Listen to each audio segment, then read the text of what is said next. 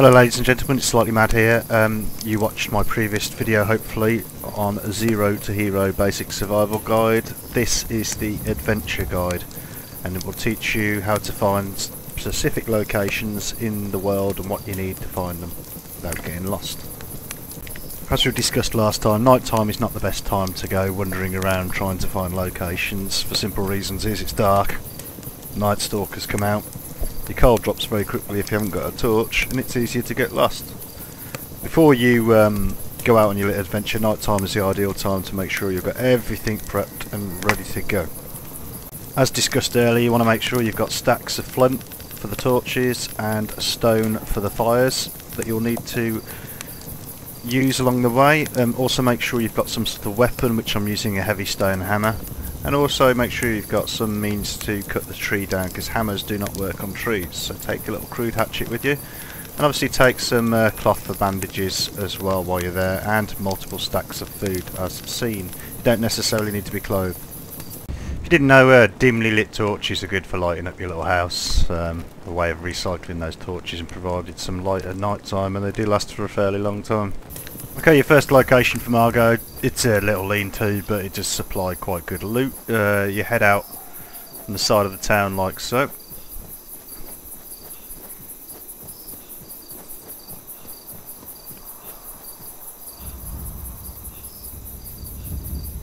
And you can see a little campfire over here with a lean-to, and this spawns flint, stone, the odd tool, like the crude hatchet. So if you don't need those tools, just take them, so there's a chance of better loot respawning later, and then head back towards town. That's the first little location. Second location, straight ahead, is the Dragon's Tower. I don't need to talk anything more about that at this moment in time. That's where the dragon roosts, and underneath it is loot. Okay, well, I've managed to get the Pike of Resurrection to work simply by pressing E on it. Okay, there's an easy way and a hard way to the next location. The next location we're going to go to is the Charred village, and then the large town behind that. You can run to the Dragon Tower and head in a 2 o'clock position, which is northeast, basically over there, until you see a large rock formation. Just past that is the Charred village, but we're going to go the easy way. So simply head back down towards the beach. Get back down to the shoreline and you turn left. Left takes you towards the Charred village, and you'll also run back through good spawn. If you want to pick up some frost ferns for your bandages, now's probably a good time because they will have respawned. As so, there should be another one just behind this log here.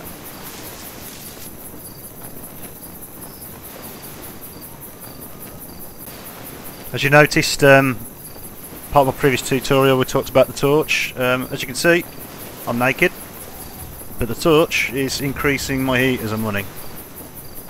Very important.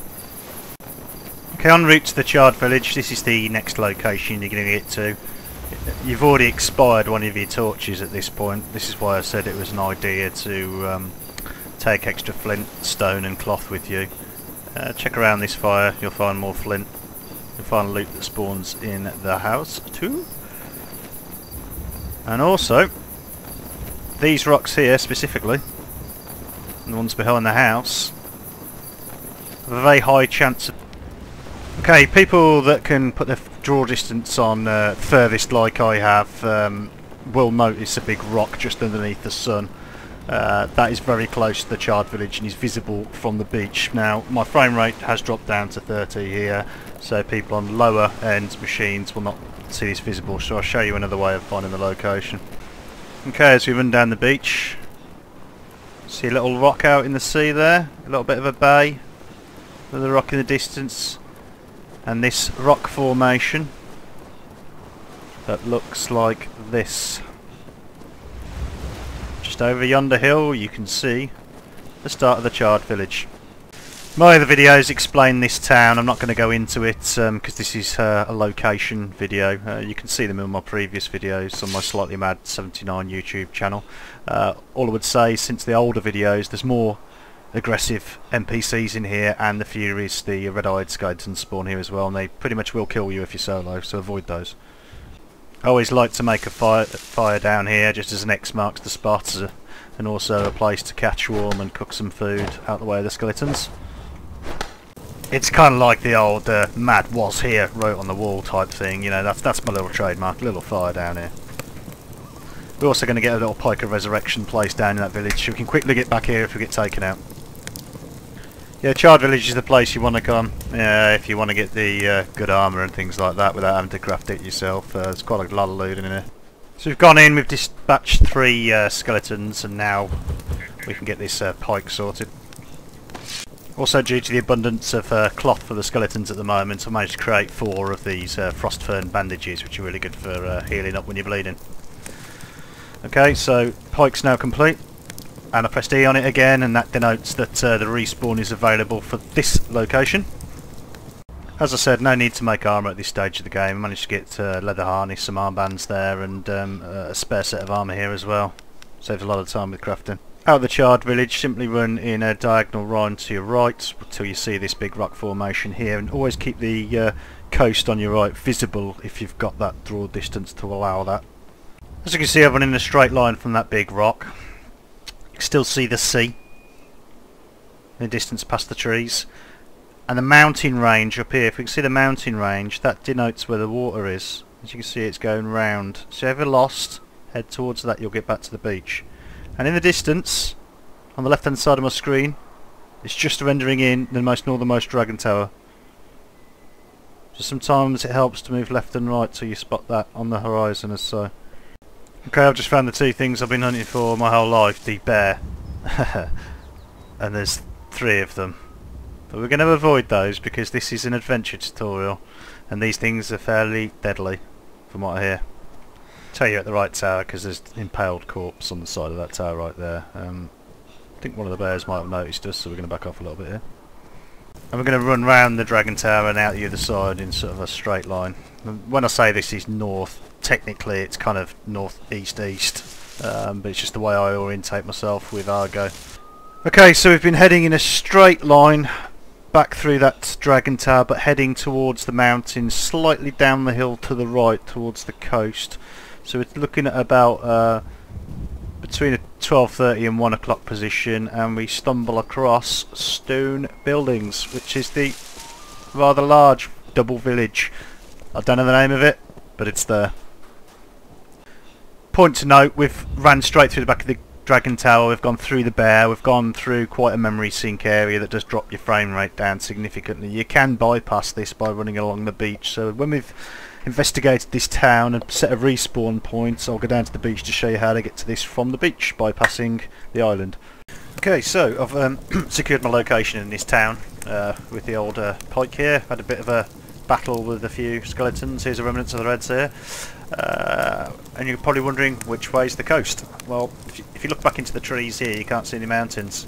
If you scan round between that tower there, that's the way to the coast. We're going to go down there and I'll show you the view up to the town from the coast. On the way to the coast, you'll locate this big rock here. That'll be on your left hand side. You'll probably see that from the coast. Okay, so we get to the coast. So if you didn't want to go through the big laggy bit in the middle of the map with the bears, you didn't fancy any of that, thought you'd scout round the outside, you just keep going the same way as the Charred Village. So at a good spawn you turn right, or if you come down from Argo and hit the beach, you go left until you hit this brilliant open bay here. And those rock formations out in the sea there. See, there's four inside this sandy area here. So I've gone back up towards the town, back towards that big rock we see there. I want to keep the mountains on my right hand side so I know where the coast is, and so I'm just going to keep the coast in sight and keep wandering around the island to see what I find. Okay, as you see, I've been running forward for some time now, and in front of me I see mountains now. That's denoting where that coast is down there, so you just want to turn slightly back inland now and follow the island around. Okay, as you can see, I've been following it round. The mountains are coming in to my view. I can still see the coast just down in the distance down there, and we've come across our next area, the area I nicknamed the church, or the monastery. This is a fairly dangerous area and I've died here twice already, so be on your guard. So pressing quickly on, from the church behind me.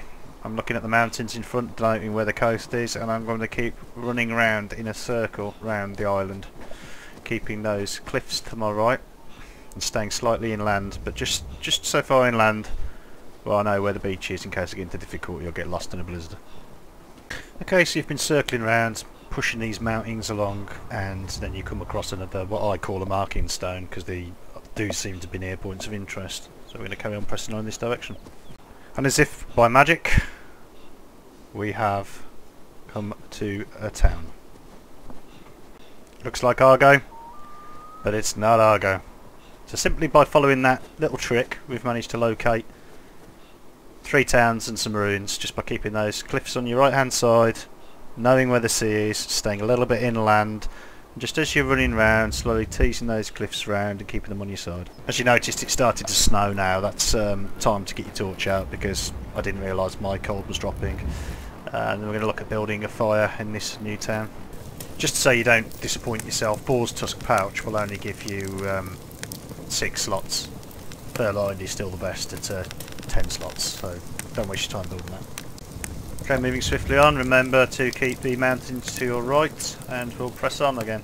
That town was quite successful. I managed to get a headpiece, chest piece, 2 further chest pieces and a metal axe as well, so very good.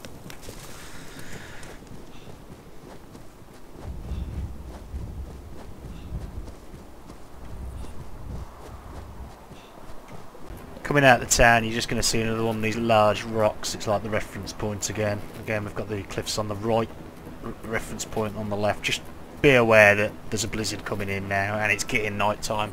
You generally don't want to travel like me, and I probably will get lost now. Okay, I got knocked off course a little bit by a night stalker in the middle of that blizzard. I panicked, but we're back on target now. As you can see, the mountains in the distance still on my right hand side, and here is yet another town for you to investigate. Beauty about this town, got a forge in it, some nice leather boots on the floor as well. Simply for navigation purposes, you'll leave via this gate here with the mountains on your right and go around in that nice circular motion again, like I've been doing all tutorial. Eventually you'll get back to Argo. I'm going to end the tutorial here now.